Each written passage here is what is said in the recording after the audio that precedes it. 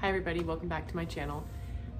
Today I have an interesting topic I want to talk about, and I think it's something that we all struggle with if you have kids, especially little kids, and that topic is screen time.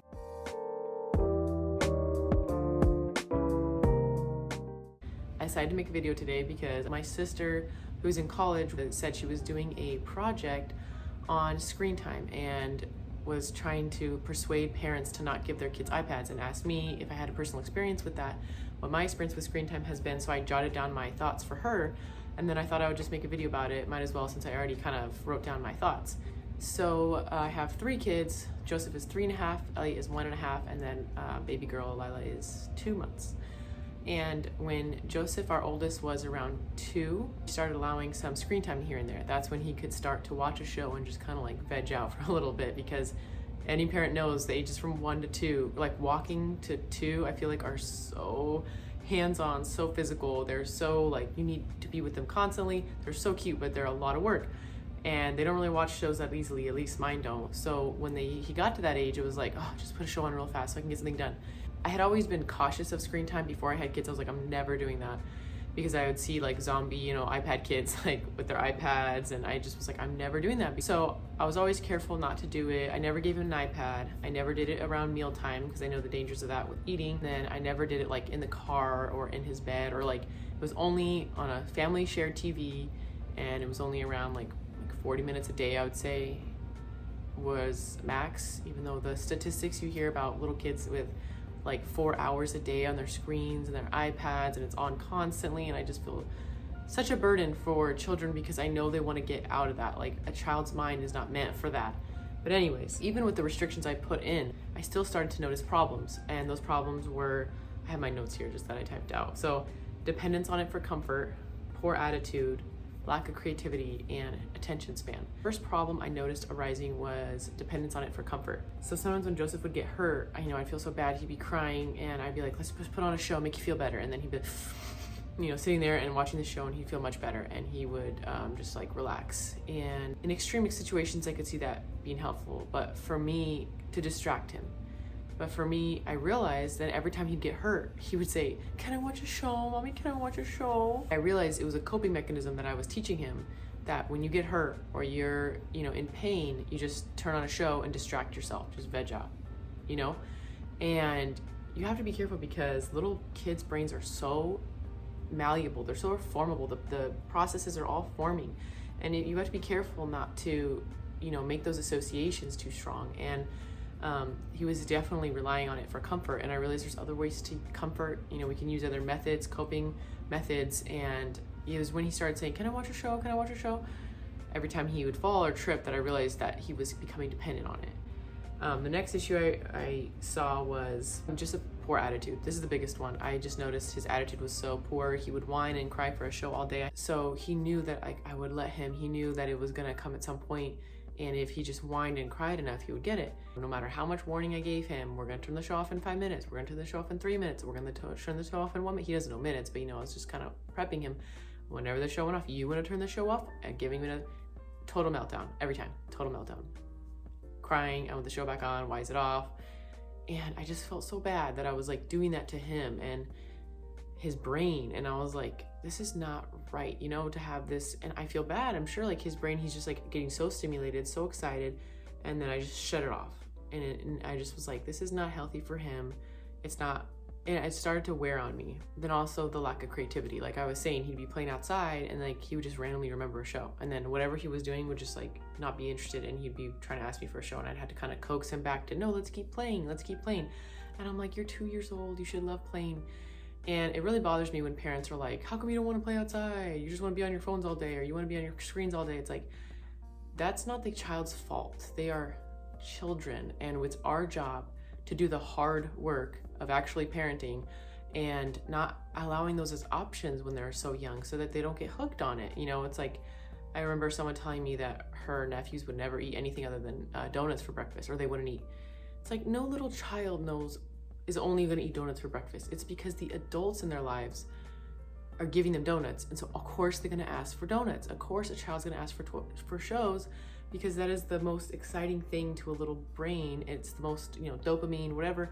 and it hacks their brains, and they do not have the capacity to stop. They don't know why they should stop.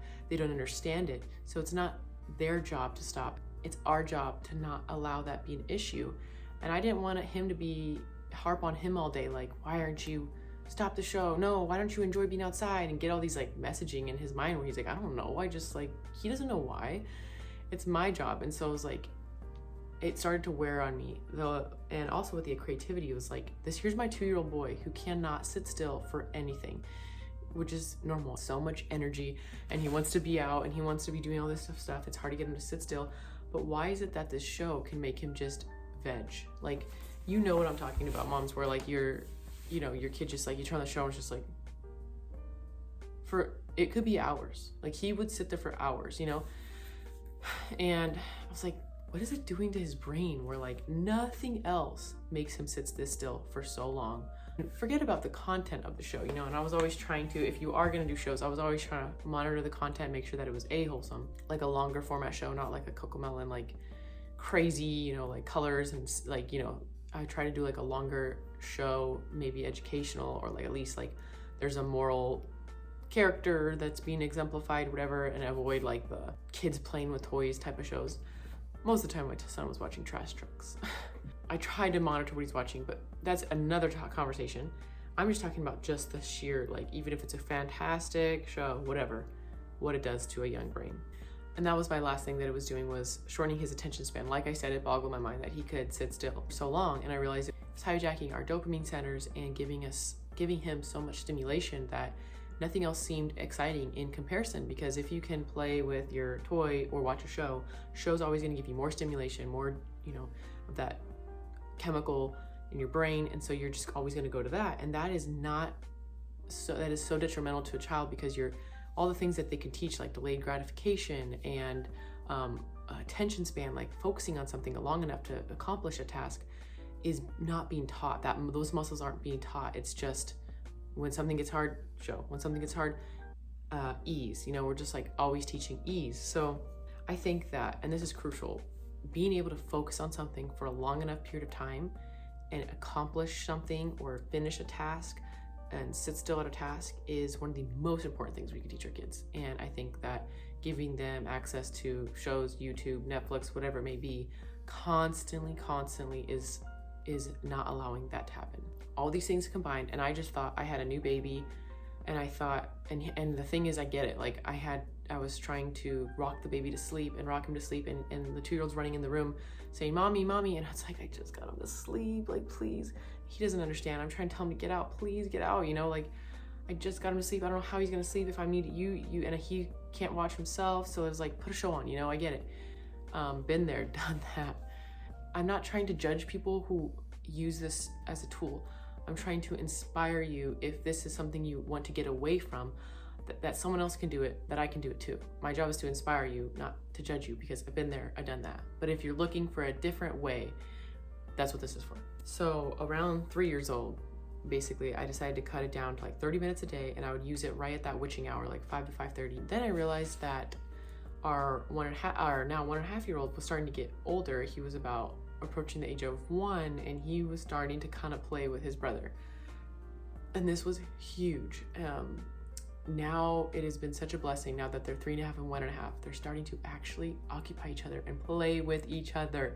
And that's why I always tell parents, the number one gift you can give your kids is a sibling. It is not a toy, it is not some fancy thing, it's a sibling. Because as I'm one of 6 and I was the third, and by the time I came around, I don't remember my parents doing a whole lot with me. There was so much going on with my siblings. I was constantly busy and doing things, and there was someone always to hang out with and get into trouble with. And I don't know. I think that you teach each other life skills and sharing and responsibility and socializing, and you learn how to deal with life with a sibling. So when he started to be able to play with him, it was like Joseph was kind of like, oh, you're interesting, and that helped curb that as well. So it's like, as much of work as it is to have another child, because it really is a lot of work, it is a gift you give to your kids. Because my oldest started playing with Elliot more, and then I just realized I just stopped mentioning it. I just stopped mentioning a show. I started finding other things to do, and honestly, now we hardly watch anything. I find that it really sets us back. Like if I bring it up one day, then the next day he's asking for it. It's like almost an all or nothing thing, because the child knows. They're like, I got you, I remember.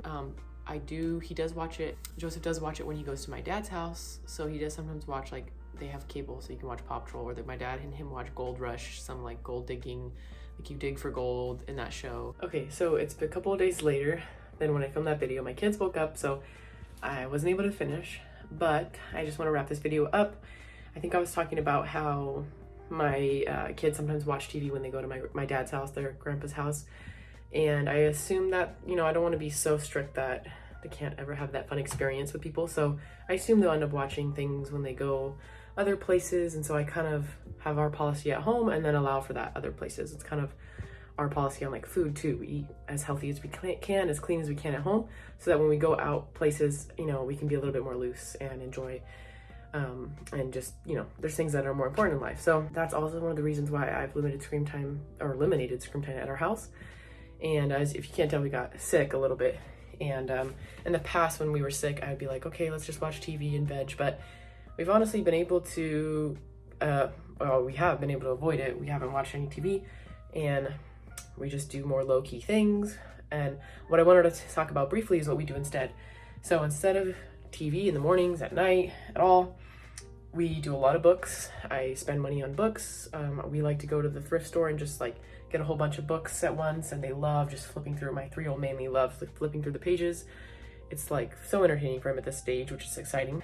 Obviously playing outside, I have put a lot of energy and effort into our backyard and making it really serve us and our needs, and make little like digging areas. We have sand, we have water, sand, dirt, water, wheelbarrows, excavators, like just whole different like little stations for them to play in, and they'll just play for hours. So yeah, it's messier, it's not as easy to clean up. They bring sand in the house, but that to me is worth it. Like the memories, the tactile, like the way that their brain works, the way that they're learning, it's worth the mess, the chaos, the backyard that doesn't look perfect, you know. So I've just tried to prioritize a backyard that really serves us.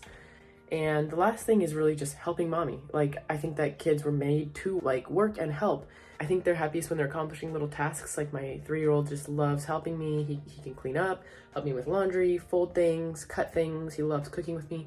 Of course, it goes so much slower, but that's part of being a parent. You know, I think that my whole philosophy, I've really tried to lean into the idea that we are not just meant to entertain our kids. We're not parents that are meant to entertain our kids.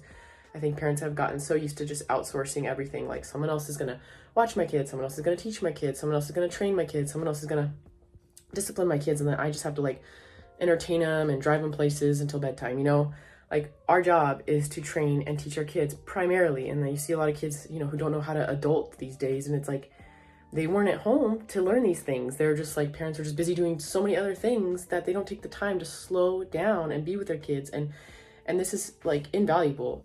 That's home used to be like an incubator for little humans, like an oasis. And it's just, I just think we've so slacked, like so abandoned our homes and our families. And we have all these broken families and all these, now I'm getting on a tangent, okay?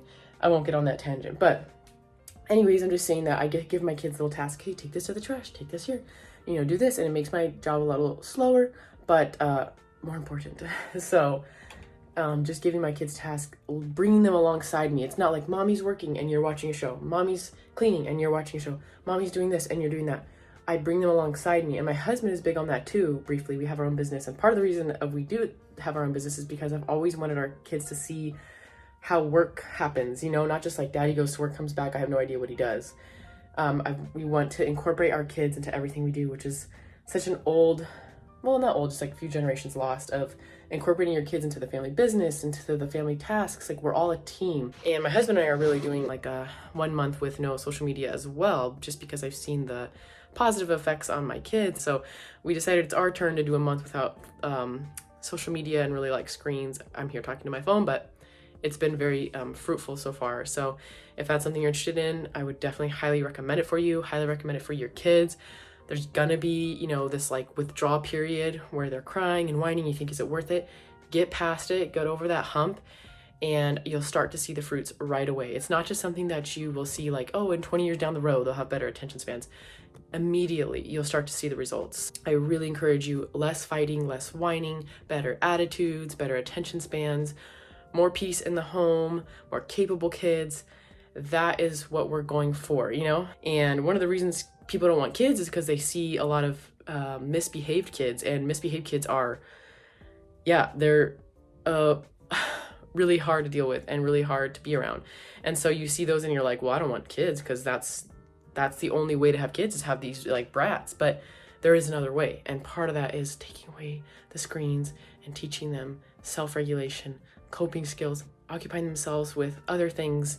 When we do that, we see behavior changes that can be really life-giving. So hope this was helpful at all. I'll keep you updated if there's any more updates. Let me know if you've tried this with your kids or yourself or your spouse, and see you in the next video. Bye.